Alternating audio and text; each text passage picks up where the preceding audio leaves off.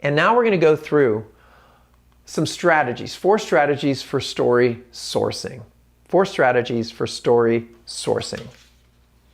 And my challenge for you today is to add 10 new stories here. We're going to say, okay, today we're going to add 10 new stories to your story inventory. That's my challenge for you. That's my challenge for me to say, oh, did you come up with 10 new stories? Okay, so here we go.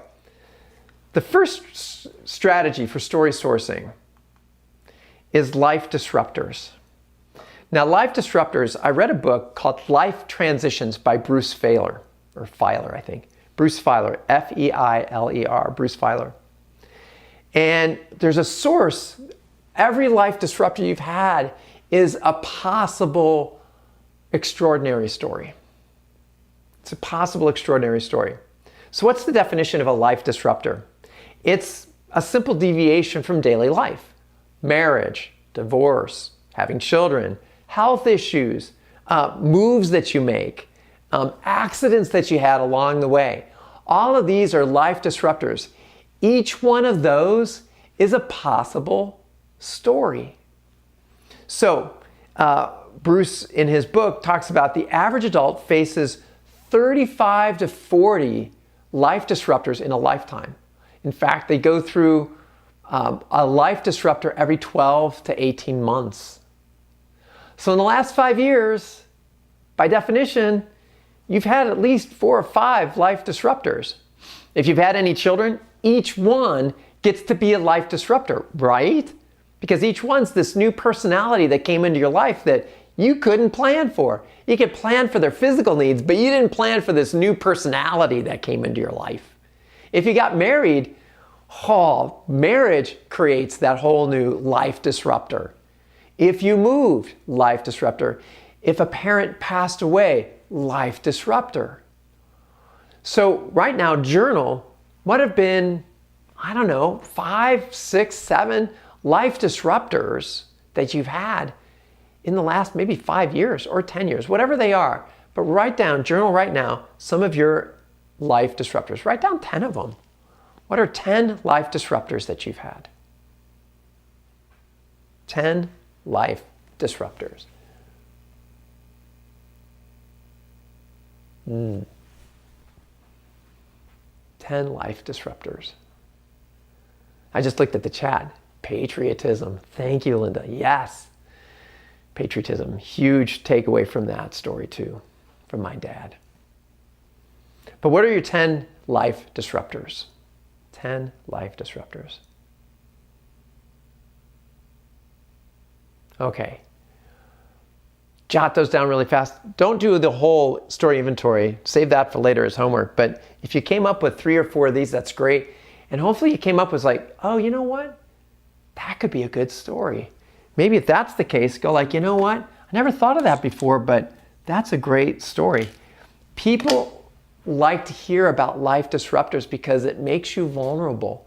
And when you're vulnerable, you're accessible to people. And when you're accessible and vulnerable, that creates a credibility with people because you're one of them. You make them feel like, oh, that happened to me too.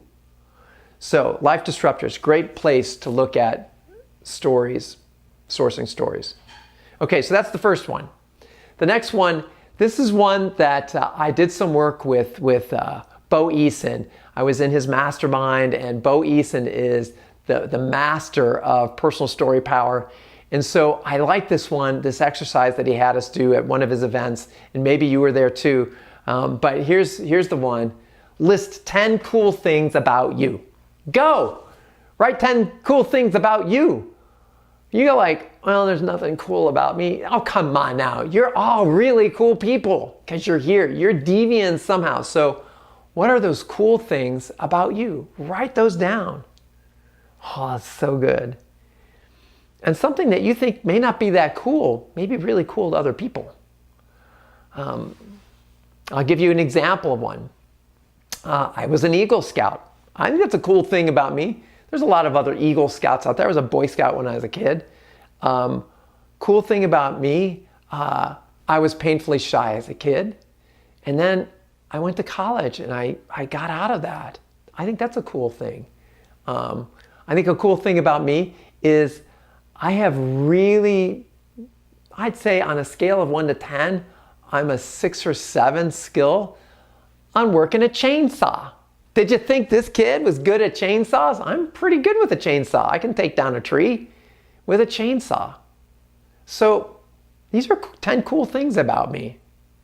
I know some Lakota words. Mitakuye o yasin, for example. We're all related.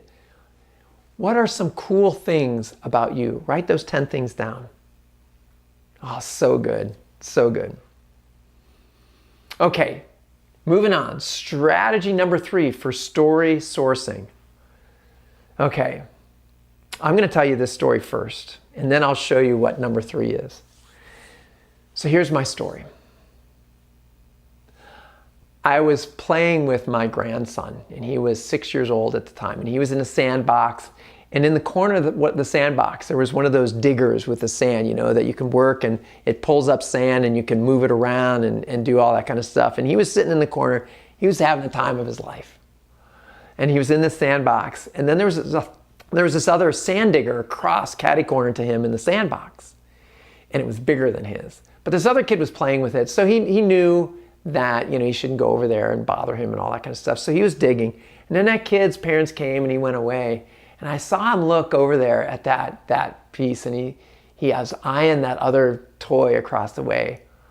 And he got up, and then the sandbox was an above the ground sandbox, and it had like two 2x6s together, nailed together, and in a long line. That was how all the sand got held in. So there's these 2 boards nailed together. So he stands up. And he starts walking on the boards like this, going like this. And he goes, instead of going across the sandbox, he walks on the corners, and he's like balancing beam, walking across this thing, and he walks in front of me. And I said, you know, Eli, it would have been faster if you'd gone across straight from your toy to the other toy. And he looked up at me and said, Papa, I didn't want to do it fast. I wanted to make it worth it.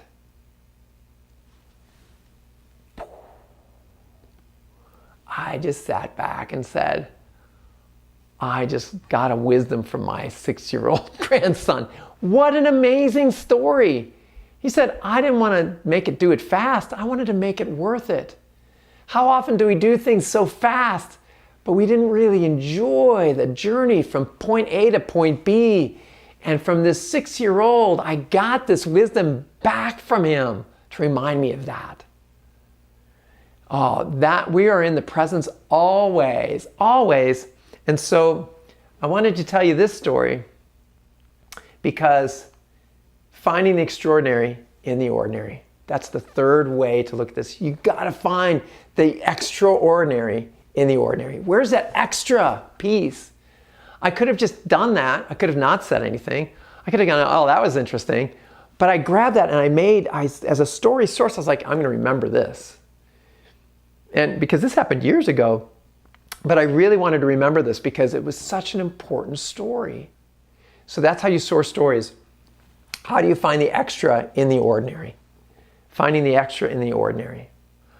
And it's just, again, it's just beyond the veil of your tunnel vision of what you're getting there. It's there all the time. This is the most important thing I want you to take away from today is finding the extra in the ordinary, because it's always there. You can always make a story out of something that's ordinary, just if you breathe into it and let it really fill your soul.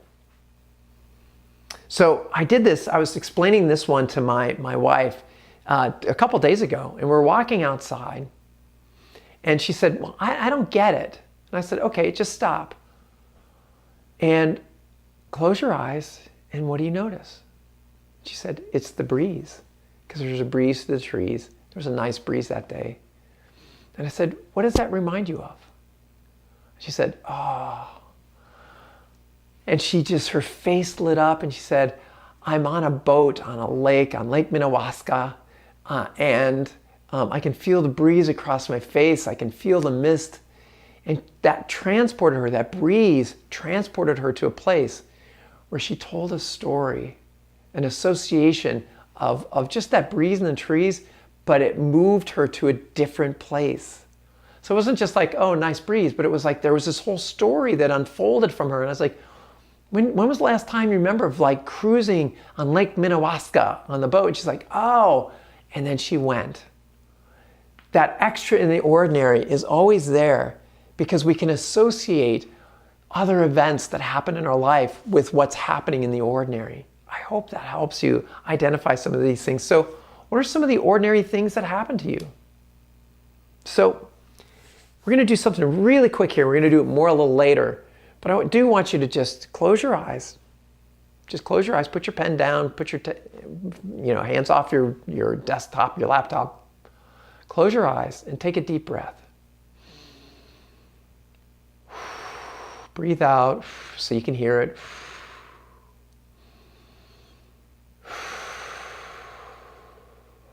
Okay, now, what do you notice? Do you hear something? Do you smell something? Something right beyond the veil of your tunnel vision is trying to get your attention. Now open your eyes and write that down. What's that one thing that was grabbing your attention? I can tell you from where I'm standing right here, right when I did that, it was amazing. Right when I did that, our dog started barking. Not loud, just a little bit. And I was like, oh. And, that's a story. That's something that's there. It's like, oh, she wants something. And what story reminds me of her wanting to go? There's a story there, right there. If you just close your eyes, open your senses, and then something is trying to catch your attention. And what's that story? I hope that helps. Okay. Wisdom is everywhere. It's everywhere. Okay. Strategy number 4. Here we go. Finding the ordinary in the extraordinary. Now that sounds kind of weird. Oh, I've got this story, this extraordinary story. And you tell this story and people go like, that was awesome.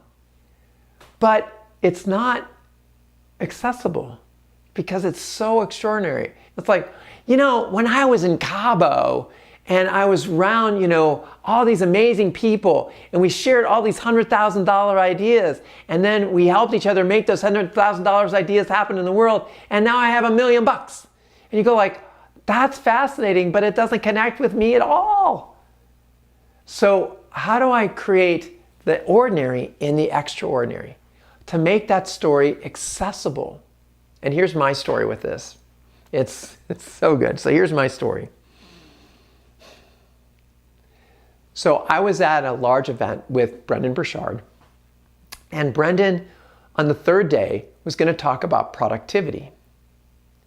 And so he got up on stage and he said, I'm going to talk about productivity, but there's 3 people out in the audience, and there was 2,000 people and I was in the audience. There's 2,000 people out there. And he said, there's 3 people in the audience that could tell you a lot more about productivity than I can in this moment. So I'm going to invite them up here. And so he invited an astrophysicist who had actually sent a satellite to Pluto. How do you do productivity of sending a satellite to Pluto? Awesome. And so this person stands up and starts walking forward. Come on back. We're going to get you mic'd up and we'll talk, about productivity. The second person is Paula. And I'm going to bring her up here, and she's done 7-figure launches in Brazil. And so she's going to come up and she's going to tell you how she just made that happen. And so she got up and started walking forward. And I'm sitting there getting nervous. And he goes like, and right here in front, Patrick Mosher used to be my boss. He was a partner at Accenture. Stand up, come back, we'll get you all mic'd up. And so I stand up, go into the back, and now I'm really nervous. I'm thinking, okay, I've got these 5 minutes that I'm going to be on stage to talk about productivity. What am I going to say? So we go backstage, and the other 2, Michael and Paula, they're paging through their journal, they're making notes and everything. And Brendan pulls me aside backstage and he says, so Patrick, When I'm backstage, I want to show you some of the things here. I really want to show this to you. It's like, this is a big bowl of spinach. I really find spinach is really important in between sessions. And so he's describing his spinach and his blueberries. And in my head, I'm going like, shut up! I've got to be on stage in front of 2,000 people, impromptu, extemporaneous, and I'm looking up at the clock behind the scenes and there's 90 seconds left, and I'm going like, oh my gosh, I'm trying to think about what I'm going to say, and you're talking about spinach and blueberries. And so he gets finished with this. I look up at the clock, 35 seconds left, and he goes like, what question do you have for me? Okay. Here's the highest paid coach on the planet. Here's a guy that's written best-selling books. And I've got this 30 seconds to ask him a question. And all I could think of is, where'd you get your shoes? And of all the questions I could have asked, where'd you get your shoes? And he goes like, oh, and he took the question so seriously. He was like, oh, I got these shoes. They're really great shoes when you're on stage. I know you'll be on stage going back and forth. They look like, dress shoes, but they're built like athletic shoes. I'll email you, where to get them and that kind of thing. They're not that expensive. And then, okay, 20 seconds, line up. And I'm going like, okay, I'm not ready to get on stage. And I just asked him where he got his shoes. And then we went on stage, and that was an extraordinary experience being on stage. But the story I wanted to share with you is the ordinary and the extraordinary. When you have the opportunity to ask somebody an amazing question, be ready. I wasn't. And when I told this story earlier this week to a friend of mine, he said, oh, that happened to me too. And then he told me his story. The whole point of his story is to create a reference point, a common reference point for people to walk away from. What was the opportunity missed? Have you ever missed an opportunity and you go later and go like, oh my gosh, that's the point of that story. Finding the ordinary in the extraordinary.